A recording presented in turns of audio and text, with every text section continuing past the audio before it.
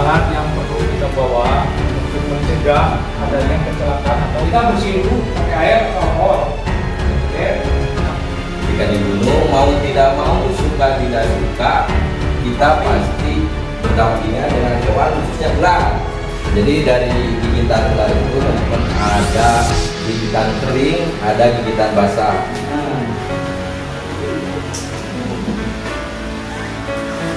Jadi ini kan sudah dibidai seperti ini nih. Nah, sudah dibidai seperti ini, maka kita tidak banyak bergerak kan. Salam lima. Salam lestari. Salam lestari. Salam lima.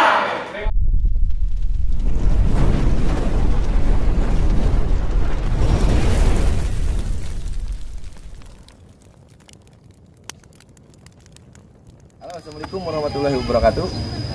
Ya, teman-teman, kita lagi berada di mana nih Kak Ado? Di SMA Negeri SMA Negeri Babakan Cikau, teman-teman. Dan di sini kita kenapa di sini nih Kak Ado? Karena kita di sini ada undangan. Undangan kita suruh mengisi materi PPGD, teman-teman. PPGD karena di sini ada organisasi pecinta alam, apa namanya Kak? Pecinta alamnya adalah Nirbaya. Pecinta alamnya Nirbaya. Ini salah satu senior saya, teman-teman, di pecinta alam Palapas, teman-teman ya. Dan saya mengisi materi di sekolah ini, ada organisasi pecinta alam Nirbaya, teman-teman. Seperti apa keseruannya? Mungkin nanti ikutin terus ya Kak Ado ya. Iya, betul. Ayo. Yuk.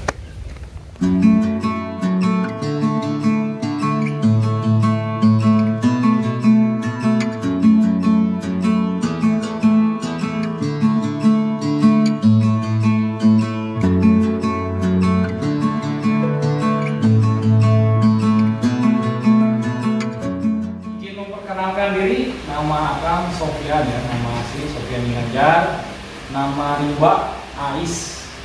Itu adalah salah satu nama kebanggaan sampai saat ini yang selalu ada di dada kalian, bisa membuktikan bahwa kalian adalah generasi pertama dari Nirbaya. Nih, ada jarak contoh ya.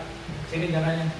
Jarak di gunung ini kehujanan. Jadi yang sering terjadi itu pada saat jarak kehujanan ya, terus bajunya dia sudah tidak menggunakan bahan dari namanya tuh sih kan, bukan waterproof kalau celana tuh yang udah kering saya lupa ya. Jadi usahakan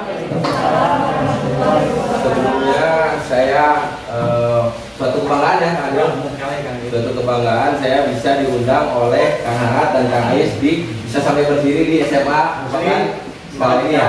Nah, ini Kang Adul dulu nih, kenalin nih teman-teman. Ini namanya Kang Adul ya. Ini di channel saya ini bidangnya lah. Jadi pecinta alam itu berkegiatan dan aktivitasnya pasti di hutan dan di gunung ya, teman-teman. Nah, ketika di gunung, mau tidak mau, suka tidak suka, kita pasti berdampingan dengan hewan, khususnya ular. Di hutan. Tanpa kita sadari juga karena ular itu berkamuflasenya sangat baik juga. Ketika kita terjadi insiden tergigit ular, nah langkah pertamanya ada yang tahu sebelumnya langkah pertamanya harus apa? Mungkin ada yang tahu sedikit.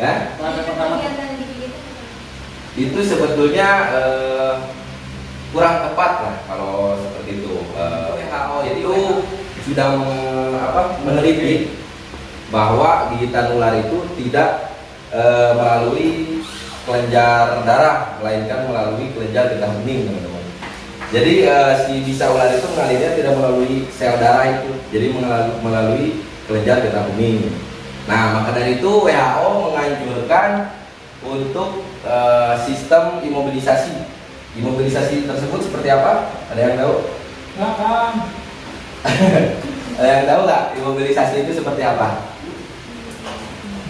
Jadi mobilisasi itu seperti kita patah tulang nih, dibidai tangan kita, dibidai seperti patah tulang. Fungsinya buat apa? Buat supaya kita tidak banyak pergerakan. Karena semakin banyak kita pergerakan, semakin cepat juga si bisa ular itu menjalar ke dalam tubuh. Mungkin nanti lebih jelasnya kita simulasikan. Nah, di sini Akang butuh satu orang nih buat mempraktekkan untuk simulasinya. Siapa yang berkenan nih untuk membantu? Ya.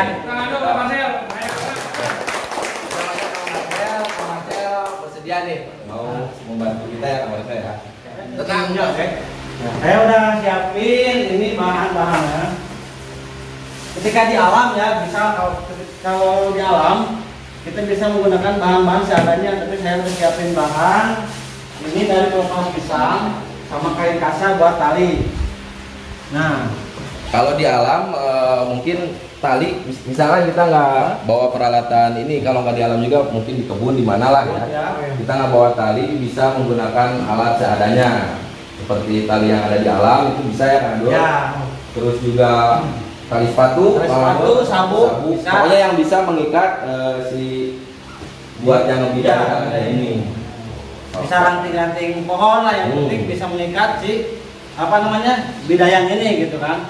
Misalnya ketika demarser ini tergigit di bagian tangan ya, di bagian tangan misalkan di sini ya, cok orang aja gitu kan. Bahasa Indonesia ya, blasteran ya. Misalkan tergigit di bagian tangan. Nah, ketika tergigit, namanya simulasi kan ya ini. Apa yang akan Marcel rasakan atau apa yang akan Marcel lakukan ketika tergigit ular gitu kan? Yang dirasakan ketika tergigit panik selain panik apalagi tuh? Panik, udah sakit ya. sakit, panik gitu kan. Nah, kalau bisa ketika tergigit ular di alam, Ade Marcel ini nggak boleh panik. Gak boleh panik, gak boleh apa jerit-jerit gitu kan. Tolong sambil berubah-ubah. Dari gigitan ular itu teman-teman ada gigitan kering, ada gigitan basah. Jadi kalau ketika gigitan kering itu, jadi si ular tidak menyuntikkan si bisanya, seperti itu, tidak menyuntikkan si bisanya. Namun kalau gigitan basah, dia menyuntikkan si bisanya. Karena kita simulasikan ya, cara ketika tergigit ular. Bukan zaman lah. tahan dia itu no kanan. Kanan.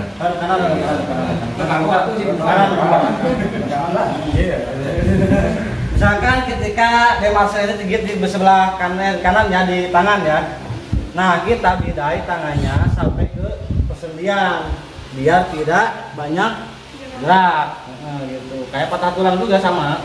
Patah tulang juga sama seperti ini penanganannya ya. Kalau bisa penanganannya sambil tidur sih ini. Kain kasa. Kalau di alam kan kita bisa pakai ranting pohon, kan di alam di hutan banyak ya. Apa namanya, are gitu kan. Are ya. Jangan sampai kenceng banget ataupun kendor banget gitu. Kenapa?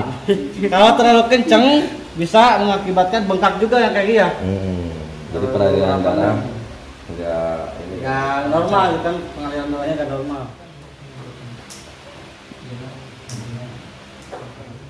Nah gini teman-teman, mengikatnya jangan terlalu kencang ataupun terlalu kendor, biar si bidayan ini tetap bisa menahan pergerakan si tangan ya, seperti ini. Ini hanya simulasi ya teman-teman, jadi ya seperti inilah adanya kalau simulasi. Tapi kalau misalkan tergigit benar, nah ini jadi ini supaya tidak banyak bergerak. Ketika sudah seperti ini gimana Kang Dul? Nah, ketika sudah seperti ini, Kang Marcel jelas sendirian di hutan gitu kan. Kalau bawa HP bisa menghubungi teman ataupun keluarga dekat. Seperti kalau misalkan ada sinyal bisa menghubungi keluarga atau teman-teman yang ada di bawah. Soalnya fungsinya seperti ini teman-teman. Jadi ini kan sudah dibidai seperti ini nih. Nah sudah dibidai seperti ini, maka kita tidak banyak bergerak kan. Si bisa ular itu kalau kita tidak banyak bergerak, dia akan semakin lama lah untuk proses penyebaran ke area tubuhnya. Jadi kalau misal kita di hutan, turun setengah jam, ke rumah sakit setengah jam, butuh waktu 1 jam. Nah kalau kita tidak menggunakan cara seperti ini, jadi maka pertolongannya itu akan lambat lah gitu, karena kita harus turun dulu gunung gitu.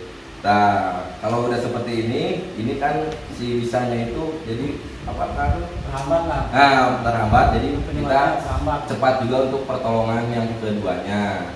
Kalau ini kan hanya pertolongan pertama. Kalau pertolongan pertama berarti pasti ada pertolongan selanjutnya, teman-teman. Pertolongan selanjutnya kita harus ke rumah sakit tetap. Tapi kalau misalkan teman-teman sudah berpengalaman lah maksudnya ya, tapi saya menganjurkan lebih baik kalau udah seperti ini dibawa ke rumah sakit. Kalau udah berpengalaman, teman-teman bisa diidentifikasi dulu nih si gigitannya apakah masuk ke dalam fase lokal atau fase sistemik, teman-teman. Jadi kalau fase sistemik itu di area gigitannya ini mengalami pendarahan, mual, pusing, bahkan kencing darah sampai muntah darah kalau sudah masuk sistemik. Kalau fase lokal dari gigitannya tuh cuman pembengkakan aja, tidak ada mual, tidak ada pusing, di area gigitan pun cuma bengkak doang gitu. Itu sudah bisa dipastikan ke dalam fase lokal. Itu persis seperti yang saya alami ketika saya digigit ular viper waktu itu. Saya menggunakan metode seperti ini juga, dibidai seperti ini juga, dan saya di rumah waktu itu sama saya dianalisis, patah tulang pun sama prosesnya seperti ini. Dibidai seperti ini juga. Ya Kang Ais ya? Ya betul. Sama untuk gigitan ular seperti itu. Ini emang benar-benar sangat penting juga sih buat anak-anak pecinta alam, karena kalau kita kan berkegiatannya di hutan, di alam, mungkin nanti di lain kesempatan akan bawa khususnya ular-ular yang berbisa dan tidak berbisa. Nah, di lain waktu nanti akan bawa ular-ular berbisa, dan terus nanti kita akan coba untuk cara penangkapannya. Soalnya dari ular viper, ular elapid itu beda-beda cara megang ularnya seperti itu, Kang Marcel. Ini terima kasih nih Kang Marcel sudah membantu Kang di sini. Itu cuma satu ular hijau yang ekornya merah, itu harus hati-hati. Kalau ular hijau yang lain, dilihatnya patokannya dari ekor aja. Kalau ekornya nggak ada merahnya, aman. Terus ada lagi ular bajing. Ular bajing dari ekornya warnanya silver. Tapi masih hijau sama. Hijau sama. Masih hijau. Bedanya dari bentuk. Bedanya membedakannya di bentuk. Saya mau nanya Kang. Mungkin gini, mungkin dari adik-adik, maksudlah ya, tanya. Saya untuk mewakili adik-adik dan saya mewakili pecinta alam, saya bukan ahli reptil ya. Jadi gimana caranya kita membedakan ular berbisa sama yang tidak berbisa? Karena kan takut, wah ini ular berbisa nih. Untuk membedakan ular berbisa dan tidak berbisa itu sebenarnya sulit, teman-teman. Kita harus bisa mengenali dulu si ularnya, harus tahu jenis spesiesnya, genusnya, keluarganya. Dari ular juga mempunyai keluarga. Ada keluarga elapid, ada keluarga viper, ada keluarga kolobrin, macam-macam lah banyakannya ya. Kan biasanya suka ada yang nyebut ular itu yang berbisa itu segitiga kepalanya. Nah itu nggak bisa diidentifikasi kalau ular itu segitiga kepalanya, itu nggak bisa. Tidak bisa, karena ular yang segitiga pun ada kepalanya segitiga yang tidak berbisa ada. Contohnya mau viper palsu.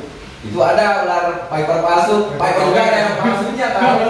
Kobra ada yang palsunya. Sebetulnya tuli, teman-teman, tidak mendengar sebetulnya. Jadi ular itu mempunyai sensor di bagian belakang ada disebutnya, saya lupa lagi lah. Jadi bagian belakangnya tuh Kang Ais, di bawah badannya dia memiliki sensor, banyak sensor jadi di situ. Jadi ketika ada getaran itu sebenarnya bukan dari mendengar sebetulnya. Jadi dari getaran itu, kalau kita ada jalan nih getaran, nah ular itu langsung lari, itu karena ada sensor di bagian bawahnya. Karena ular itu Kang Ais sebetulnya berperan penting untuk penyeimbang ekosistem. Jadi si ular juga memiliki peran dan tugasnya masing-masing. Jadi ular itu ada yang pemakan tikus, ada yang makan telur, sampai pemakan siput pun ada.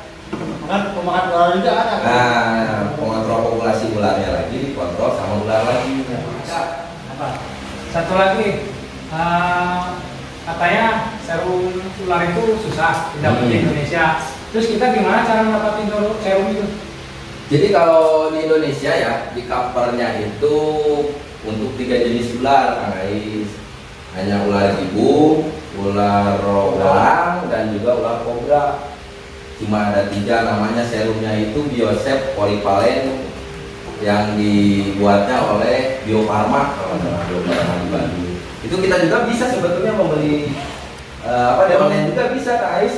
Beli serum anti bisa itu harganya lumayan lah, kisaran 700 sampai 1 juta. Cuman kita nggak bisa langsung asal suntik aja teman-teman. Kayak tadi lagi kita harus mengetahui ini fase sistemik atau fase lokal. Jadi kalau kita kegigit langsung suntik serum itu nggak bakalan berdampak apa-apa teman-teman. Jadi si serumnya itu dibutuhkan imobilisasi tersebut itu supaya mengetahui ini fase lokal atau fase sistemik.